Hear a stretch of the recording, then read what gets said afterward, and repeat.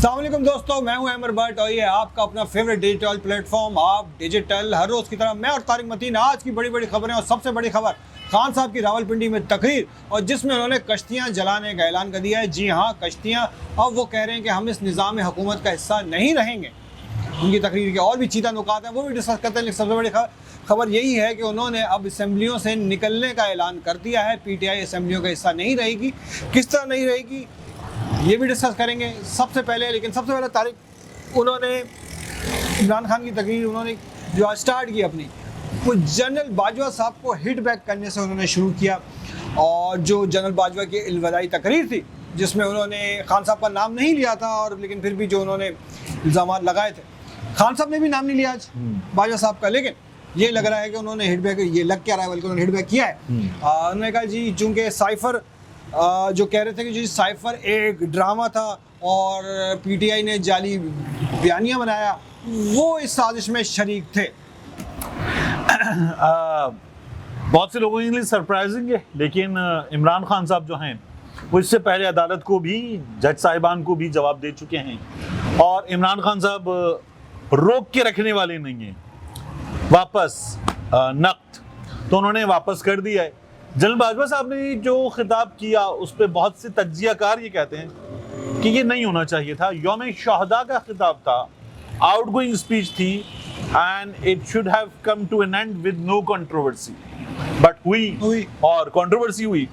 तो फिर उसके बाद जो है एक डिपार्चर जो बहुत प्लेजेंट होना चाहिए था वो भी अनप्लेजेंट हो गया है।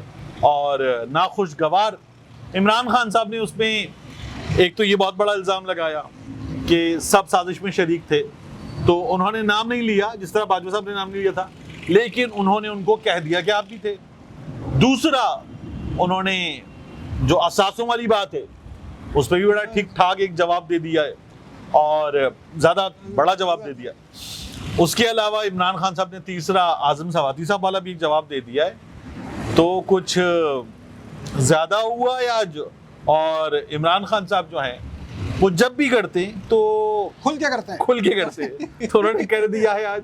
और ये एक्सपेक्ट किया जा रहा था कि इमरान खान साहब जवाब देंगे, लेकिन इमरान खान साहब ने जो है वो ठीक ठाक जवाब दे दिया है।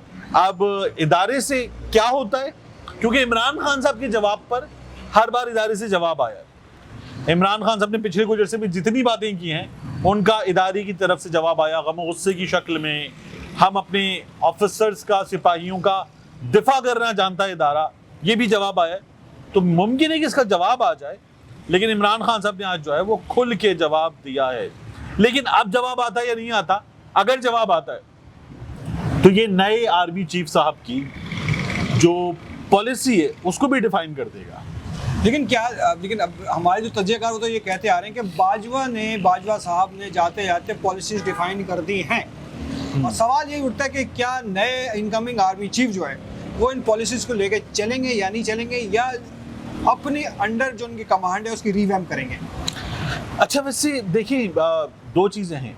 एक ये कहा जाता है कि कई दफ़ा जो ना वो कोई भी शख्स वो खुद को इदारे से बड़ा समझता है। जैसे हमारे यहाँ मिसाल दी जाती है परवेज़ मुशर्रफ साहब की, क्यों उन्होंने खुद को इदारे से बड़ा समझ के अपने हिसाब से इदारा चलाया। और कई दफ़ा जो ऑफिसर्स होते हैं वो इदारे की कमान मिलने के बाद इदारे के हिसाब से चलते हैं। अभी दो चीज़ें हैं, तो ये देखने की चीज़ है। मेरा ख्याल है टू अर्ली टू जज आसिफ मुनीर साहब के केस में देखना होगा कि वो क्या करते हैं और जवाब आता या नहीं आता डीजी ISPR साहब की जानिब से। अच्छा, वैसे इस इदारे में एक चीज़ है, परवेज़ मुशर्रफ साहब के बारे में बात की गई थी अदालत से, जो जज वक़ार सेठ साहब का फैसला था, तो तब जवाब आया था। तो इदारा अपने चीफ्स उनका जवाब देता है, ये हुआ है सही। तो बाजवा साहब के केस में मुमकिन है कि जवाब आए। और अभी बाजवा साहब आउटगोइंग आर्मी चीफ हैं, अभी साबिक नहीं हुए। और जो जनरल साहब हैं नामजद आर्मी चीफ आसिफ मुनीर साहब, वो अभी आर्मी चीफ नामजद हैं, वो कमान की छड़ी उनके हाथ में आई नहीं है। लेकिन बहरहाल मेरा ख्याल है कि अब आउटगोइंग आर्मी चीफ, जिस तरह निगरान हुकूमत बड़े फैसले नहीं लेती, तो आउटगोइंग आर्मी चीफ बड़े फैसले नहीं करता, इनकमिंग आर्मी चीफ के फैसले होंगे, तो वो डिफाइन होंगे हमारे सामने। इनकमिंग आर्मी चीफ की आज बड़ी एक फोटो बड़ी मानी खेज किस्म की वायरल हो रही है, अगर आपने देखी हो उनके घर में, वो मोहसिन बेग साहब के साथ बैठे हुए मुलाकात कर रहे हैं बड़े खुशगवार माहौल में। अब मोहसिन बेग साहब एक बहुत कंट्रोवर्शियल आदमी है। उन्होंने इमरान खान साहब के बारे में बहुत ही वाहियात इल्ज़ामात भी लगाए हैं टेलीविज़न पे बैठ के गरीदा फारूकी के प्रोग्राम में, और एक खातून उन वाहियात फहश किस्म के इल्ज़ामात पे हंस रही थी बैठ के। खैर हमारा मौजू खातून नहीं है। तो मोहसिन बेग साहब की तस्वीर, अच्छा ये जो तस्वीर पे बात हो रही है ना कि ये जनरल साहब का घर है, मैंने जहाँ से चेक किया उसके मुताबिक ये मोहसिन बेग साहब का घर है। सही। और इसके बारे में कहा जा रहा है कि एक ग्रेड 22 के, बल्कि ग्रेड 22 के तो अबू हैं वो, ग्रेड 21 के ऑफिसर का इतना आलीशान घर। तो मुझे ये पता चला है कि ये मोहसिन बेग साहब का घर है। सही। दूसरा, इस तस्वीर के बारे में बात हो रही है कि तस्वीर जो है वो रीसेंट है। ये तस्वीर जो मुझे पता चला है उसके मुताबिक कुछ महीनों पुरानी है और ये एक पुराने इवेंट की है, ये ताज़ा तस्वीर नहीं है। अब इस पर डिबेट ये हो रही है कि नहीं, आप कंपैरिजन करें, जब वो प्राइम मिनिस्टर से मिलने गए हैं तो उस वक्त जो उनके रैंक्स हैं और मोहसिन बेग साहब के साथ जो बैठे हुए यूनिफॉर्म में ही बैठे हुए हैं, तो उसमें जो उनके रैंक्स हैं वो रैंक्स सेम हैं। अब मुझे आर्मी के जो रैंक्स हैं वो नेट पे मिल जाते हैं, लेकिन मुझे उनका आइडिया नहीं है। मगर मैंने जिस सोर्स से कंफर्म किया उसका ये कहना है कि मोहसिन बेग साहब का घर है, तस्वीर महीनों पुरानी है। रैंक्स का एक और मामला है, अभी उनको रैंक्स लगे नहीं है चीफ वाले, अभी वो नामजद आर्मी चीफ है। हाँ, तो ये तस्वीर की कंट्रोवर्सी है। इसमें पता ये चल रहा है कि ये मोहसिन बेग साहब का घर है और कुछ महीनों पुरानी है। यानी हम इसमें मजीद कोई मसाला नहीं ढूंढ सकते हम? देखिए, एक हद तक तो ढूंढा जा सकता है कि एक बहुत कंट्रोवर्शियल आदमी है मोहसिन बेग। उनसे फर्ज कर लीजिए ये लेफ्टिनेंट जनरल आसिम मुनीर साहब की तस्वीर है, वो भी 4 साल, ठीक है, इन यूनिफॉर्म। तो एक बहुत कंट्रोवर्शियल आदमी जिसने इमरान खान पे बहुत संगीन इल्जामात लगाए, उससे वो मुलाकात कर रहे हैं। तो बाज़ लोग कह रहे हैं कि ये क्या है, लेकिन मोहसिन बेग साहब एक सहाफ़ी हैं और बतौर तज्ज़ियाकार उनका बड़ा नाम है, बतौर सहाफ़ी तो बड़ा नाम नहीं है, टेलीविज़न प्रोग्राम्स में आते रहते हैं। तो मुलाकात हो भी सकती है, नहीं भी। इसमें काफ़ी कुछ रीड किया जा रहा है, वो जो कहते हैं ना रीडिंग टू मच, तो वो वाला हो रहा है। चले, ठीक है, हम खान साहब की तकरीर की तरफ दोबारा आते हैं। बड़ा फैसला, कश्तियां जला दी, जैसा कि हम कह रहे हैं, आर्या पार। अच्छा, इसमें हुकूमत एक जवाब दे रही है। राना सनाउल्लाह साहब, चूंकि वो माहिर कानून भी हैं, तो राना साहब का मैं यहाँ पे ट्वीट निकाल लूँ। उन्होंने एक ट्वीट किया है और उन्होंने अल्फाज कहे हैं, मुमकिन ही नहीं, ये जो असेंबलियों वाली बात है, हाँ, मुमकिन ही नहीं सूबाई असेंबलियों में वक्त ज़ाया किए बगैर किसी भी वक्त अदम एतमाद लाई जा सकती है। नतीजतन सूबाई असेंबलियाँ तहलील नहीं होंगी, कायम रहेंगी। सूबे पंजाब में हुकूमत कायम करने के लिए वाज़ेह तौर पर अपोजिशन के पास नंबर पूरे हैं। यानी अगर खान साहब ने एक सरप्राइज़ दिया है तो वो ये कह रहे हैं कि हम अपने सरप्राइज़ के साथ आपको जवाब दे देंगे। अब जो तहरीक अदम एतमाद है उसके लिए जो दरकार नंबर्स हैं वो तो जो साइन तहरीक अदम एतमाद के लिए साइन के लिए वो तो आराम से पूरे हैं। सही। तो वो जमा करवाई जा सकती है। कल सुबह इतवार है, पीर को खान साहब जो हैं वो हुकूमत में, ये लोग मेरा ख्याल है कल ये फैसला कर लें, अगर इस तरह की चीज़ है फौरी कर लें, कल परसों पीर की सुबह कर लें, तो तहरीक अदम एतमाद से पहले फैसला हो जाए, इस तरह का एक काम कर दें तो ये हो सकता है। अब बहुत क्विक काम करने की ज़रूरत है, क्योंकि पंजाब हुकूमत ना नून लीग को चाहिए। मुझे कह रहे हैं हमारे पास नंबर पूरे हैं, इनको पंजाब हुकूमत चाहिए, क्योंकि ये चाहते हैं कि मियाँ साहब आए ना, तो मियाँ साहब के आते वक्त हमारे पास एक शपशपा हो, दबदबा हो। वो शेख रशीद साहब कहते हैं दबदबा, तन तना, हम हमा, वलवला, और फिर मैं पंजाबी का लफ्ज़ भी घुसड़ दूँ उसमें, शपशपा हो उसमें, ताकि मियाँ साहब आए तो मियाँ साहब को बताया मियाँ साहब यहाँ से वहाँ तक लोग आपको रिसीव करने के लिए खड़े हुए हैं और आप आइए फाते की सूरत में। अब ये तब होगा जब पंजाब हुकूमत होगी। तो फिर इसीलिए शायद जरदारी साहब भी वहाँ पर 10 अरब रुपए लेके बैठे हुए हैं मुबैना तौर पर हाँ, लाहौर में डेरे डाले उन्होंने। तो जरदारी साहब, मेरी पंजाब असेंबली में एक रुकन है, उनसे बात हुई, मैंने कहा क्या प्लान है, उन्होंने कहा पहले हो रहा था फिर रुक गया था, अब फिर मियाँ साहब के आने की बाज़गश्त है। तो मियाँ साहब और जरदारी साहब ने गालिबन ये फैसला किया, उन्होंने गालिबन कहा कि बंदे यहाँ से खरीदे जाएं। मैंने कहा अब तो वोट किया ही नहीं जा सकते ना, अदालत का फैसला है, तो हॉर्स ट्रेडिंग वो वोट काउंट ही नहीं हुआ। तो उन्होंने कहा उससे बेहतर ये ऑप्शन ये दिया कि इस्तीफा दे दो, इस्तीफा दे दो, जब बैठ जाओ तो फिर गवर्नर साहब कहेंगे बलीगुर रहमान साहब चौधरी पर को कि चौधरी साहब जरा एतमाद का वोट ले लें, वो कहेंगे एतमाद का वोट ले लें, और जैसे ही एतमाद की वोट की आवाज़ आएगी तो ये लोग इस्तीफा देने वाले जो है ये निकल चुके होंगे, तो हुकूमत नहीं रहेगी, हुकूमत नहीं रहेगी, ये गवर्नर राज लगा देंगे, हालात बहुत ख़राब है, मियाँ साहब आ जाओ। तो वो होता है ना, घर में एक बंदा घुसता है, कूदता है, कूदने बाद कुंडी खोलता है और कुंडी खोल के कहता है आ जाओ, तो फिर बाकी लोग आ जाते हैं। तो ये पंजाब से भी घुसे, दीवार कूद के कुंडी खोले और कुंडी खोल के गए आ जाओ, ये कुंडी वो खोलेगा जो इस्तीफा दे के जाएगा, आने वाला नहीं। अच्छा फिर सही है। मैं चश्मे तस्वीर में देख रहा था कि मियाँ साहब कूद रहे हैं, दीवार कूद रहे हैं, और वो कैसे लगते होंगे दीवार कूदते, लेकिन अच्छा किया आपने बता दिया। खैर अच्छा, पंजाब असेंबली में दीवार अगर कूदनी होगी तो मियाँ साहब की जगह हमजा को कूदनी होगी, और हमजा भी कुछ अर्सा पहले मुबैना तौर पर कूदे दीवार पड़ोस में, जब वो नेपाली लेने पहुंचे थे, तो वो तो अभी कर चुके हैं। का बहुत अच्छे बच्चे, खेल कूद में का बहुत ज़्यादा ध्यान है उधर। अच्छा अच्छा, वो परिंदे जो उड़ नहीं सकते ना, वो दीवारों पे बैठ जाते हैं, जैसे मुर्गी जो होती है वो दीवार पे बैठ जाती है, उड़ नहीं सकती पूरी। शुतुरमुर्ग थोड़ा सा किसी का डाली वाली पे चला जाता है। यार आप हम शहबाज को कह रहे हैं कि वो अंडे देता है, मतलब नहीं नहीं नहीं नहीं, नहीं। देता तो मतलब उनका पोल्ट्री का बिजनेस है, शायद इसमें चोट की है। अच्छा, उसके लिए तो एक और लफ्ज इस्तेमाल होता है, अंडे बेकरी वाला भी अंडे देता है हमारा। अच्छा यार ये क्या, ये वाले अंडे हो सकते हैं, ये वाले अंडे टीचर भी अंडे देते हैं बच्चों को, जब बच्चे मार्क्स नहीं लेते तो टीचर कॉपी पे अंडे दे देते हैं। चलो कॉमेडी हो गई, हम सीरियस मैटर। पहले की वाली एक बड़ी खबर, 2 हमारे लेफ्टिनेंट जनरल्स कब्ल अज़ वक्त रिटायरमेंट का फैसला, और एक तो अज़हर अब्बास साहब है और एक जनरल फैज हमीद साहब लेफ्टिनेंट। अच्छा, चलिए तहरीक जमात नहीं आती। अच्छा, ये असेंबलियां गिरा देते हैं, ये असेंबलियां गिरा देते हैं, निकल जाते हैं असेंबलियों से, तो इलेक्शन मिल जाएंगे? नहीं। क्यों? क्या इलेक्शन कमीशन क्या कहेगा? ये जो पंजाब असेंबली के 190 के करीब अरकान हैं इनका, और खैबर पख्तूनख्वा असेंबली के जो 70-80 अरकान हैं इनका, पंजाब वाले, ये कुल मिला के कोई 250-300 अरकान हैं, इन सबका इस्तीफा, इन सबका हम इलेक्शन एक साथ करा देंगे। सिंध में तो शायद मुश्किल है मेरे ख्याल में, क्योंकि स्पीकर मंजूर ही नहीं करेगा। खैबर पख्तूनख्वा और पंजाब में पॉसिबिलिटी हो सकती है, अपना स्पीकर है मंजूर कर लेगा, तो इस तरह की हम कर सकते हैं। जनरल फैज पे आ जाए, जनरल फैज साहब पे आ जाएं। आप मेरे ख्याल में सवाल को आप कतरा गए थे इससे। नहीं, मैं ये एस्पेक्ट इसका कंप्लीट करना चाहता हूं। अच्छा, इसमें कंप्लीट करना चाहता हूं क्योंकि हमारी वो चले। जनरल फैज साहब कब्ल अज़ वक्त इस्तीफा नहीं, रिटायरमेंट का फैसला, एंड सुपरसीड भी नहीं हुए वो, फिर भी रिटायरमेंट क्यों? अच्छा, ये खबर हमने यहाँ डिस्कस की थी कि बड़े घर से बुलावा या अयाज सादिक का और ख्वाजा आसिफ का, उन्हें बताया गया, समरी कन्वे की गई, तो ये चीज़ें हुई थी, और ये जो ऑफिसर्स हैं मुबैना तौर पर ये समझते थे कि नाम नहीं होना चाहिए था।